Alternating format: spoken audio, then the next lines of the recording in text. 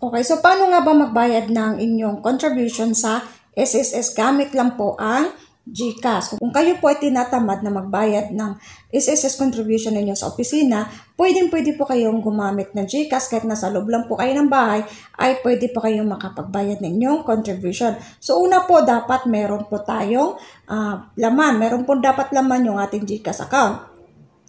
Okay, so una punta tayo dito sa pinaka-dashboard ng ating GCash account. Ayan po. Then pumunta lang po kayo, click nyo lang po itong may tatlong dot dyan sa gilid, yung view all. Ayan. So click natin yan. Dito po tayo mapupunta. So siya nga pala, sa mga bago lang po naligaw sa channel ko, kung magustuhan nyo lang po ang video nito, baka naman pwedeng mag-subscribe kayo, mag-follow, or mag-like. Kung may mga tanong po kayo, huwag po kayo mahiya magtanong lang po. So punta tayo dito sa My Government. Ayan po. Dito po, click natin yung government na yan. Pag-click po natin dito, ayan. So, hanapin, marami po dito kayong pwedeng pagpilian. So, GCash, SSS contribution po ang ating hanapin. So, ayan. Ayan, napakadali lang po, no? So, hindi nyo na kailangan pumunta ng opisina ng SSS.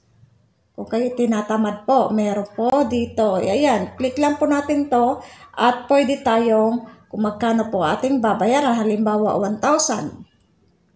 So, ayan. So, dito naman sa account type, dito po sa account type, ayan. So, click natin yan sa gilid. Piliin natin to, ayan. Click natin, teka lang. Click natin tong PRN. PRN. Ayan. So, click natin. Ayan. So, payment reference number. So, yung PRN number ninyo, yung 14-digit na number ninyo dyan, dito nyo po ilalagay. Okay? So, ang reference number ninyo, yung PRN number ninyo. Then, dito naman po sa payer type, ayan. So, click natin itong nasa gilid.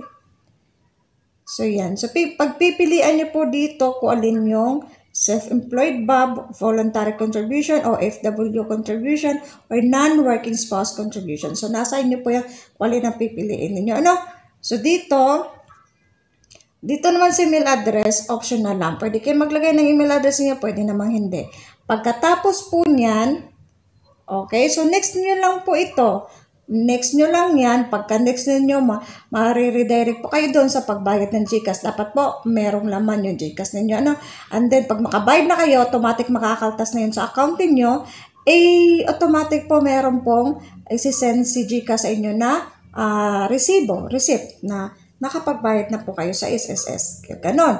So, sana po nakatulong sa inyo. Tara po, mga pita.